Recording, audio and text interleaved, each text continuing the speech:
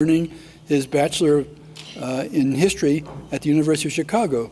Kurt is the author of To Rescue My Native Land, the Civil War Letters of William T. Shepard, University of Tennessee Press, and U.S. Navy and the Origins of the Military-Industrial Complex, 1847 to 1883, Naval Institute Press. He has contributed to a variety of edited volumes, and his articles have been published in the Journal of Military History, Civil War History, the Journal of Civil War Era, the Civil War Times, among many others. At the University of South Dakota, he was named the Truman Beverly Shorts Distinguished Faculty Award, from the College of Arts and Sciences, and the Regents Award for Research Excellence. To better help students at USD, Kurt entered the dark world of university administration, where he has worn many hats, including Associate Dean of the College of Arts and Sciences, Interim Director of Diversity, Interim Registrar, Acting Chair of the Department of American Indian Studies, and Chair of the History Department. And now, after serving as Interim Provost, he is the Provost and Vice President for Academic Affairs. And he is also in the USD Prep Band. Kurt has a distinguished record of service to the Society for Military History. He is the current webmaster and editor for the SMH Headquarters Gazette. In 2003, the SMH honored his service with a Victor Gordos Memorial Service Award, now the Edwin H. Simmons Award. Please welcome Dr. Kurt Hackemer as he tells us about Vermillion Boys at War.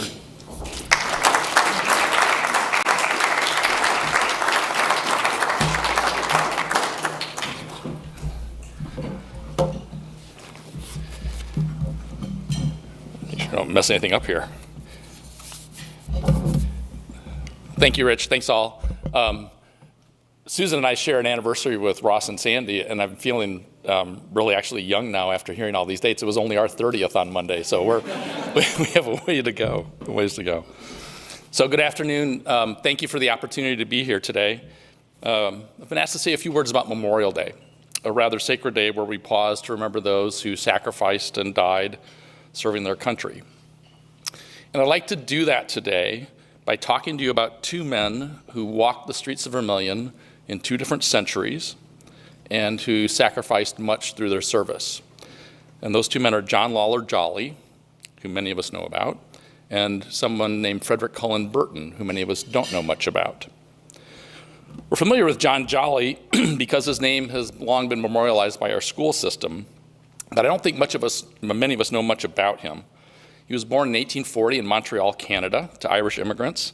After the death of his mother, Jolly left school at age 12 and took up the harness making trade, becoming a journeyman harness maker by the time he was 16. 1 year later, he struck out on his own, left Canada, and migrated to Portage, Wisconsin to practice his newly mastered trade.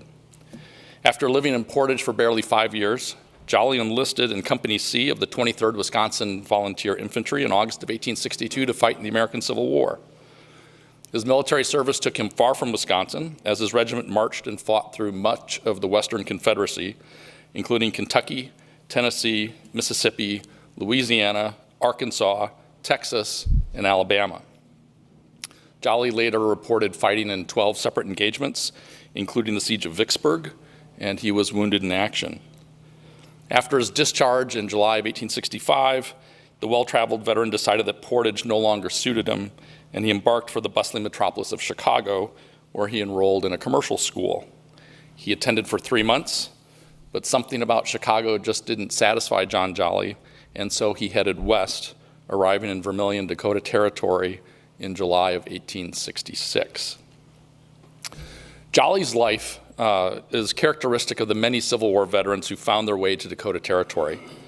The war had removed them from civil society, collected them into vast armies with different social norms, subjected them to hardship, privation, and physical distress, introduced them to different geographies and climate conditions, and in many cases exposed them to combat that expressed itself externally through wounds and internally through emotional trauma. When they returned home, they found readjusting to civilian norms difficult. As soldiers, they had ranged over vast distances, interacting with individuals and cultures quite different from what they had known growing up. They engaged in sanctioned theft and destruction of property as foragers. They grew used to a more rough and tumble existence in their all-male world, and they sometimes participated in the organized killing of fellow human beings. Returning home to a civilian population that welcomed them back but expected minimal disruption could be an overwhelming challenge. Many succeeded in that reintegration, but many of them did not. Some never made that readjustment and could not meet the expectations of a civilian society that expected them to quietly resume their pre-war lives. They rarely talked about it. Over the course of my research, I've only found one veteran in Dakota Territory who could articulate his frustration, and then only in one paragraph of a book-length memoir. What I discovered is that veterans talk a lot about their wartime service.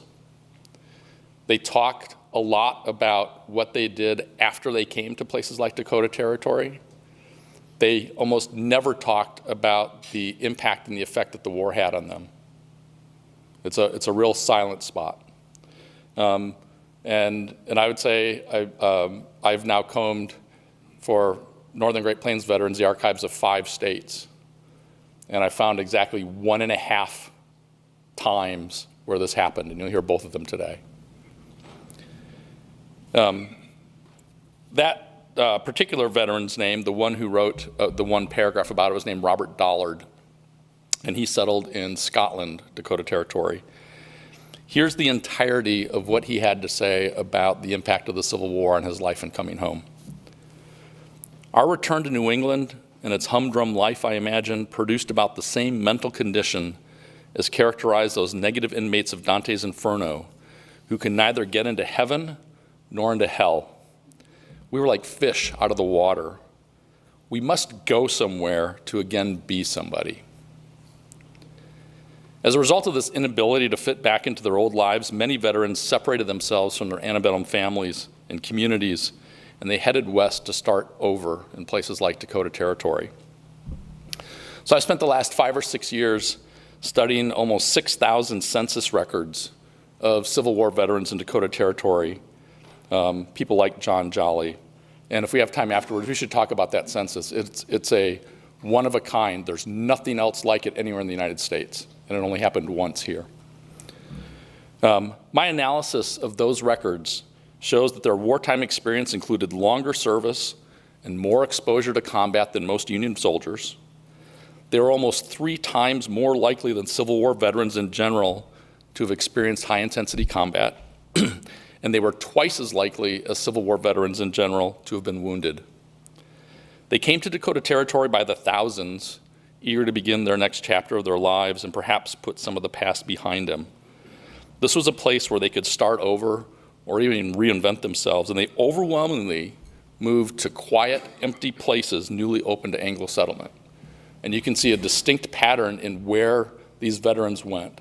The veterans who had the most exposure to combat trauma went to the newest open counties where nobody lived, sometimes in small groups. Veterans who didn't have quite as much exposure to combat trauma tended to go to more settled places where other people lived. And this happens on a scale, I can show it by the hundreds of these people going to these really quiet, empty places.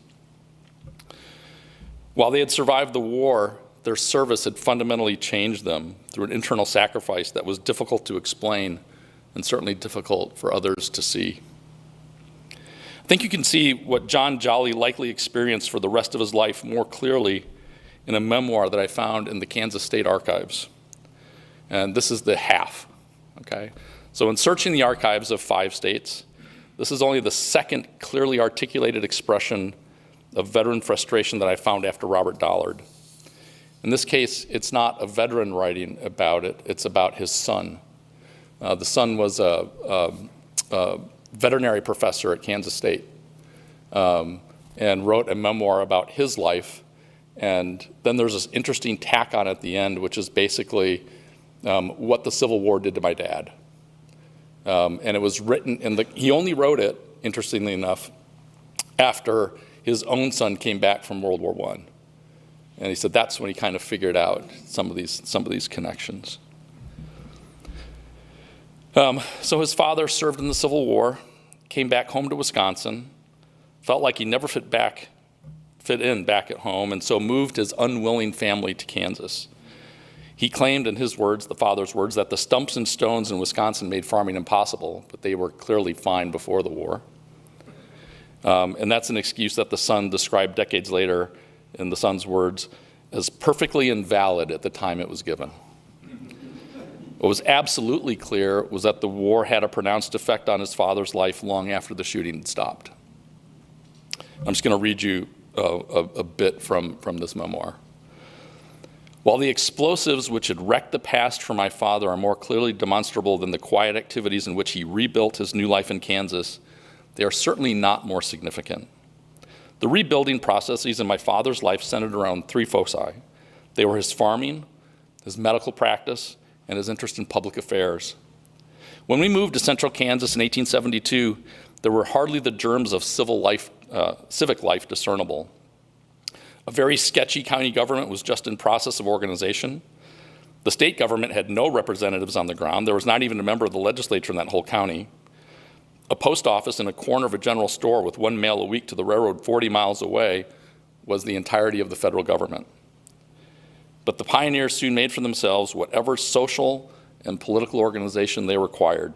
And in this constructive work, my father engaged with rare enthusiasm. He served as justice of the peace, probate judge, and county commissioner, but repeatedly refused a seat in the state legislature.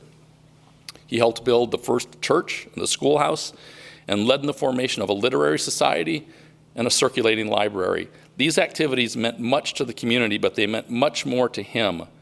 For in them, he was building solidly a new life and a new character in place of those so passionately renounced, his wartime service. So the wartime experience clearly affected these Civil War veterans in important ways for decades after their service, in ways that we need to remember. It's even more important for us to think about what that service looked like and what impact it had for those who did not survive. Here in Vermillion, we can catch a glimpse of that through the life of a former USD student whose diaries and letters are held at the USD archives and special collections. And I have to tell you that what follows may be difficult, but it is absolutely appropriate as we commemorate Memorial Day. His name was Frederick Cullen Burton, and he was born on March 4th, 1919, to Fred and Goldie Burton of Academy, South Dakota. Graduated from Platt High School in 1936 and enrolled at the University of South Dakota in 1939, where he declared a major in journalism and was also considered a talented bassoonist. He was an avid letter writer and poet who started a diary in the summer of 1941. Burton watched world events unfolding around him and decided he could not sit on the sidelines. On September 9th, 1941, before the United States entered the war, he had a revelation. My attitude has slowly undergone a change. Perhaps there is something worth living for. Politically and economically, the world is all mixed up, but morally, Hitler is wrong. No young man can think of his future until this war is over. A decision is the most important step. The results are secondary. That attitude would change over time. Less than 2 weeks later, after writing that, he left for Winnipeg to join the Royal Canadian Air Force. Burton sensed immediately, though, that military service in the war was going to change him. Here's a short poem he wrote just a few weeks later. When I my infancy consider, I note one great lack. My mother did some awe-inspiring example need of most fearful mien, of whom she could but say, don't be like that. But for the future's children, there'll be no such slack, for when I someday go back, fond mothers and their children too shall whisper while peeking through windows through, don't be like that, and I'll be that. In early 1943, with America now at war, Burton was discharged from the Royal Canadian Air Force so he could enlist in the U.S. Army as a member of the 143rd Regiment of the 36th Infantry Division. He fought in some of the bloodiest battles of the Italian campaign, including San Pietro, the Rapido River, Monte Cassino, and the liberation of Rome. Over the course of the Italian campaign, his idealism was stripped away and the harsh realities of sacrifice were driven home. In a letter to his Aunt Molly, He pondered his future. We all wonder what we'll do when the war is over. If I get through this, I shall do what I want to do. The things that make me feel the dread of what may happen are not acts of the past or death itself or of the unknown, but the fear that I shall not do the things that I vaguely feel I am capable of doing. It's nothing definite. I don't know that there's anything I can do. Lord, I've wasted a lot of time. Later, he would confide to his diary, quote, I am surely not as steady or as confident of my personal immunity as I used to be. That uncertainty was found in a poem that Burton wrote in April of 1944. Here lies a relic of war, a battlefield trophy in a black shirt, weathered, eaten by animals, shrunken and smashed, long dead, lying here in a confusion of shrapnel and letters, violets and gravestones, smiled at by a woman in a picture. If it were I, amidst my letters, nourishing the springtime violets, smiled upon by a woman in a picture, likewise should I sprawl, for death has no dignity. But I should have died for the dignity of man. Wherefore died this man? In the fall of 1944, Burton and the 36th Infantry were transferred to France, where he told his parents, quote, the war is tough again and nastier than ever. Just after Christmas, Burton took stock of what he had sacrificed in a letter to his best friend, a guy named George Lillibridge. Oh well, to hell with the war. I don't feel the pressure nearly as much as I used to. I rather expect to get killed, hit at least, certainly the unexpected. So what? It won't be a stranger when it comes. The thing that makes it the easiest, however, is a certain dullness which has come over me. I simply do not care about anything as keenly as I used to. I have forgotten my dreams, mislaid my ambitions, done away with idle hopes. Less than 1 month later, on January 24th, 1945, Burton was hit by a burst of German machine gun fire while leading a patrol near the city of Bischweiler, France. He died instantly.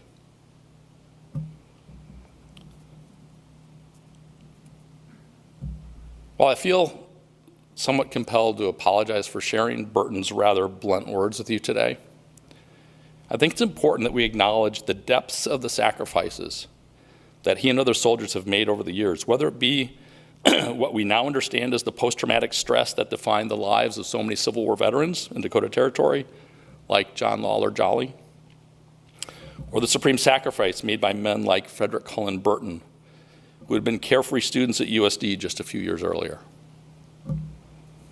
Memorial Day is not about the 3-day weekend or family barbecues or time on the river, nor is it about honoring the living. Instead, it's about the more somber task of remembering those who served and sacrificed all. There are some simple ways to do that right here in Vermillion. Head out the east doors of Newharth. Take some time to reflect at Patriots Plaza. Go to the courthouse downtown. Take in the memorials to those from Clay County who have served and died in so many wars.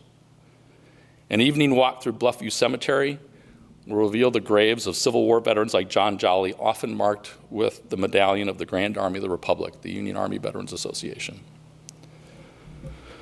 Or, instead, let me suggest two potentially more intense experiences.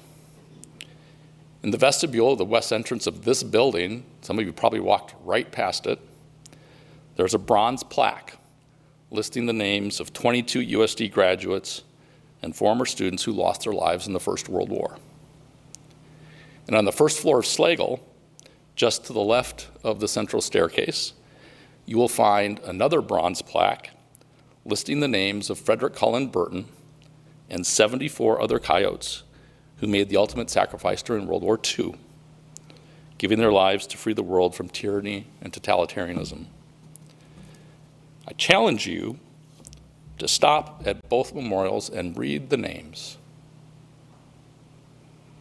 to really read the individual names, and then to consider what that means. No matter how you do it, as educated citizens, it's our obligation to do our best to understand and honor what the service and sacrifice of these veterans and the war dead might mean. Let us not forget that. Thank you.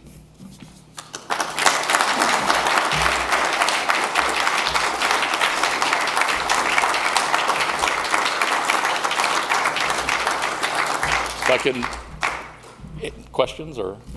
Questions? Yes. Tell a story about John Jolly, particularly since we have one of our county commissioners.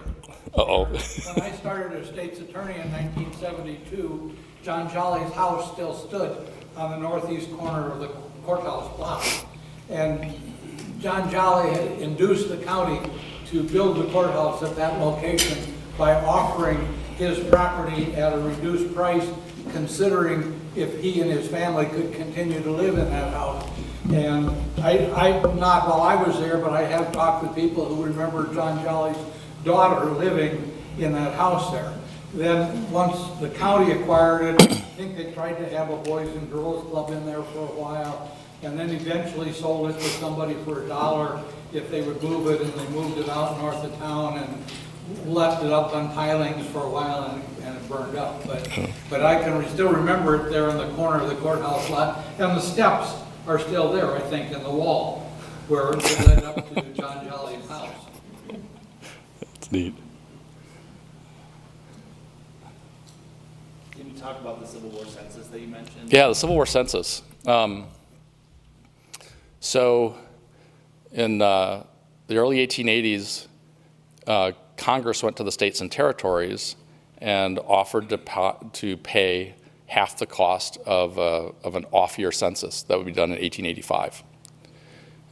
And several states and territories took Congress up on that offer, including Dakota Territory.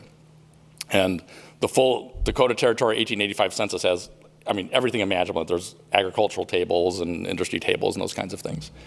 But the territorial legislature decided that they were going to add a special census, a special schedule of the census to try and catalog the veterans of any war living in Dakota Territory. And so this very rich census was produced, and in the counties that became South Dakota, there are 5,885 names on it. The vast majority are Union Army veterans. There are 69 Confederates hiding out in there, a couple of Mexican War vets. And in terms of the kinds of questions and the information that it collected, there isn't anything else like it anywhere in the United States. And when I've talked about it at national conferences, and people are sort of, I mean, the information is fantastic. What I think is really fantastic about it is that the territorial legislature was very clear why it wanted that special schedule put in there. And it was simply so that those veterans would not be forgotten, that they'd be remembered.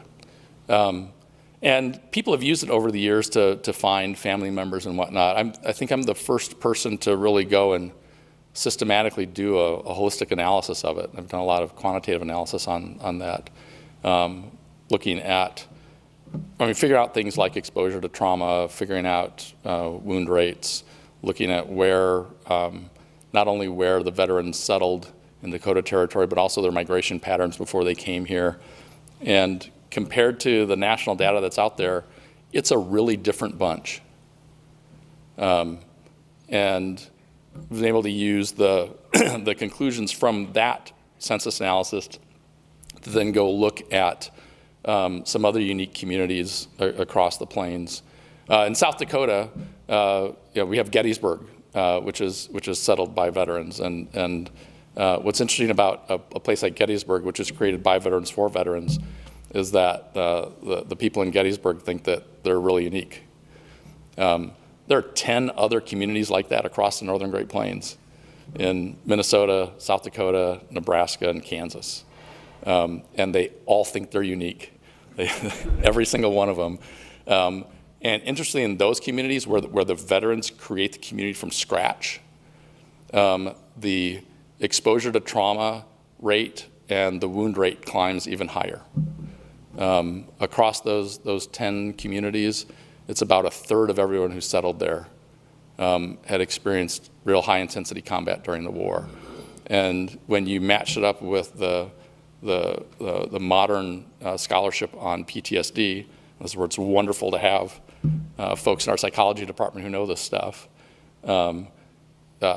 what those veterans did for themselves in those communities by creating the communities and how they interacted in those communities lines up actually pretty well with current clinical practice.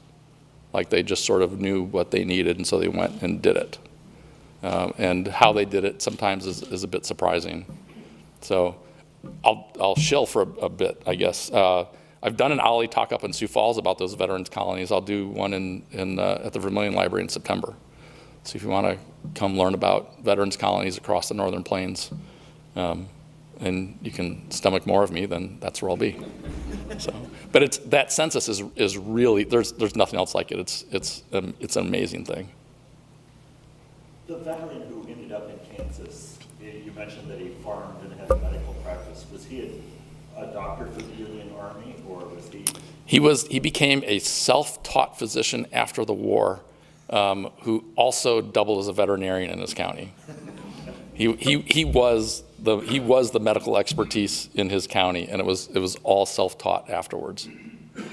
Yeah, his son. I mean, reading that whole chapter that his son wrote is really kind of stunning. I mean, you can just tell it's a son trying to figure out, how do I understand who my father was. It's a cool piece. After you talk about that, there was so little written by veterans about how they felt. I remember two things that we found with my grandfathers when my dad died. And my grandfather served in France during World War I.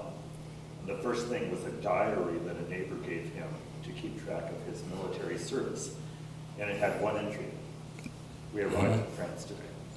And he didn't write anything else for the rest of ever. And we didn't know anything about his war service till I went through some stuff and found that he was receiving a monthly disability payment from the government for being probably gassed or injured in World War I. We knew nothing of that. He never wrote or said anything else again. Yeah, that's so typical. That's what makes the Burton letters and diaries so phenomenally interesting. There was it was a USD student named Tanisha Kessler who found those in about 2011, 2012. I think, Betty, you probably remember Tanisha. Tanisha's hard to forget. It became the basis of a really wonderful honors thesis that she wrote that I directed. And it's an incredible, I mean, he's brutally honest with himself because he's really kind of writing often for himself. It's a really cool collection that we have here. George? Yeah, my father was landing Marines in the South Pacific. Larry Ace up the street was a tail gunner. My uncle was fighting in France. He never talked about anything about the war. And so there must be a real paucity of information. The fact that you dug up some stuff about people is really terrific. More on the macro level, how many Americans have died in wars? Start writing the revolution. Do you have that? Yeah, I can give you a pretty solid sense of that. So, because I'm a Civil War historian, and so this is a stat that every Civil War historian knows, that if you take the reported deaths from the American Civil War, the established numbers is 620,000.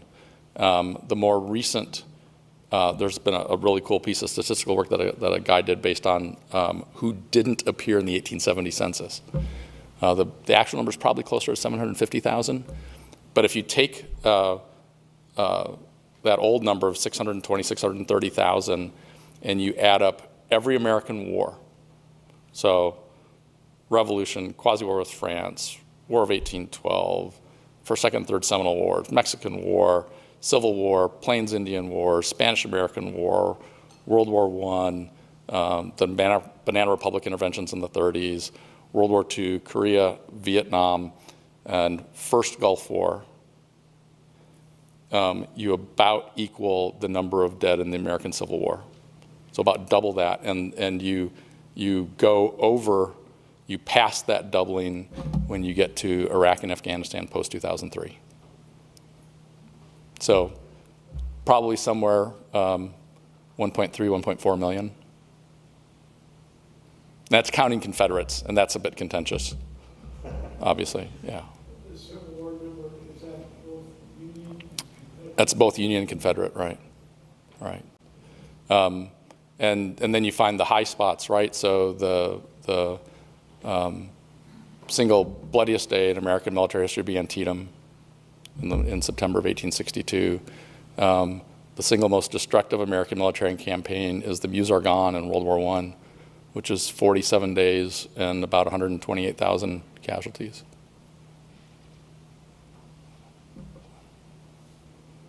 Yeah, Joe. We hear a lot about today on the news about the suicides from Iraq and Afghanistan.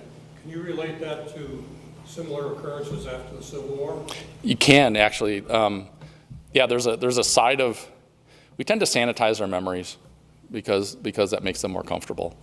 There's a really great historian at Marquette University named Jim Martin, who, oddly enough, got his master's in history at USD years ago. And Jim has probably done more to write about that than anyone else. We tend to forget there were reportable high rates of suicide. There were what were called asylums established for veterans, where veterans were committed against their will. Incredibly high rates of drug use, incredibly high rates of alcoholism in the wake of the Civil War. And a lot of communities wanted to shut these people away. The asylums become a bit of a scandal all across the country because there are so many veterans, and people don't know what this even is. And what makes it difficult to do the kind of work that Jim Martin has done is that especially when you think about medical diagnoses, the language to describe what was happening to those men didn't exist. Right, so we have no way, we can't go back and look for, you can't look for a doctor says, well, he has this, or there's this condition. There are all kinds of euphemisms for it, but it's really hard to do. But that's something that Jim Martin figured out. And when you start cataloging all of the asylums, and then there are other ways that veterans are isolated and shunted away from society, it's a shockingly high number. It's a really shockingly high number. So is that what South Dakota built in Hot Springs? So that's different. The Hot Springs is the seventh of a series of federal retirement homes for veterans, and those are different than the asylums. The veterans' homes are voluntary. The asylums tend not to be. Were there asylums in South Dakota? Not for Civil War veterans, no. For other veterans? I don't know. You tell me. Well, wait, I meant one. But if you go to most major northern cities, most cities have one or more asylums in them, and there are thousands and thousands of Civil War vets who are basically locked up. And then thousands. I mean, there's a really popular stereotypes of the drunken veteran and the drug addicted veteran are all over the place in the 1870s and 1880s. And we just sort of tend to, that doesn't fit the reenactor's picture very well. So it tends not to appear in our modern understandings of the war. So you mentioned, like, I don't know if it's just South Dakota, but there was several thousand Union veterans and 79 Confederates. Did the Confederates tend not to travel well, or are they more in like Texas, Oklahoma, or was there any sort of pattern to that? There are patterns like that. A good friend of mine who's now at Mississippi State has done a lot of work with that for veterans in Mississippi and Texas. And they had their own patterns, kind of like there were their own homes that are run a little bit differently than the homes up north, but they have the big problem that the southern states struggled with was whether or not they could afford to pay pensions to Confederates or not. And most of them could not, some could. The Civil War is really notable. It's the first war where American veterans receive pensions. And actually funds a lot of it makes it economically possible for a lot of them to come out here because they actually have a stable source of income. So it's a variation down there. The future project is I want to dig into those 69 Confederates because I have a hunch how they got here in the first place, and I think there was a point where Confederate POWs from the East were sent to all the Missouri River forts. They enlisted in the Union Army with the promise that they would not fight the Confederacy, called galvanized Yankees. And so if you sent ex-Confederate POWs out to the frontier, you could then release U.S. soldiers to go back and fight in the Civil War. And the rosters they had distinct units exist. So at some point I'm gonna go match them up against that census and see what we got. But There's one in Wakanda. I was at the cemetery, not a relation, but next to the there's a Confederate in the side of the family, but not. But interestingly, U.S. Navy and then Confederate States Army, which I thought, obviously he just was in the Navy and then jumped over. But an Irish guy and big family up there, and I'm like, I don't know. Happened a lot. Like in the U.S. Army before the Civil War, about a third of the officer corps left for the Confederacy. There's a great account of this happening at Fort Randall, where what happened there is very common, is that these guys who served together would often have these elaborate farewell dinners, and then a percentage of them would go south to fight for the Confederacy, and then you would have famous meetings of former roommates on battlefields and things like that. Joe? Was there a drug of choice for post-Civil War veterans? Opium. Yeah, opium. And to a lesser degree, a variant on cocaine, but definitely opium. George? I assume you taught military history to students here. Mm-hmm. I find they're very somber about the topic. How do students react? Depends on the class. Pardon? It depends on the class. I think the most interesting class I've ever taught in that way, I've only taught it once because then the dark side intervened, was a class on the Iraq and Afghan wars that was about 2/3 veterans of those wars. And they overwhelmingly, and we talked a lot about why they were there, and the vast majority of them took the class because they didn't understand what they had been through. They knew what they had experienced individually. It didn't make sense to them. And so they wanted some kind of structure and framework to understand, because a lot of them were I think, dealing with this too. Jim Martin's book that I mentioned before, assigned that to a Civil War class I taught several years ago, early on in the Afghan-Iraq war experience. And there were, I remember 7 vets in that class. And what was striking was that by the end of the semester, every one of them had come up to me individually, not together, but individually, to talk about that book, because they were so relieved that other American soldiers in other eras had experienced what they had experienced. And they all independently found some comfort in that what they had lived through was somehow a wider shared historical experience. It's the most interesting reaction I've ever had to a book I've ever assigned at USD. Looks like our time is Art. USD does not give the credit to Jefferson Kidder, who donated most of the campus from the land that had been homesteaded by his son, who was killed in military service. Yeah, there's a lot of things we don't do well sometimes.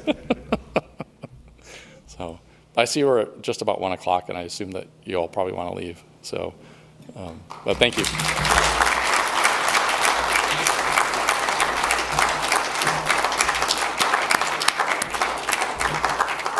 I can certainly understand where your research would be difficult. My father never spoke about World War II at all. All he left me was a German Luger and a Purple Heart. And that's all I know. So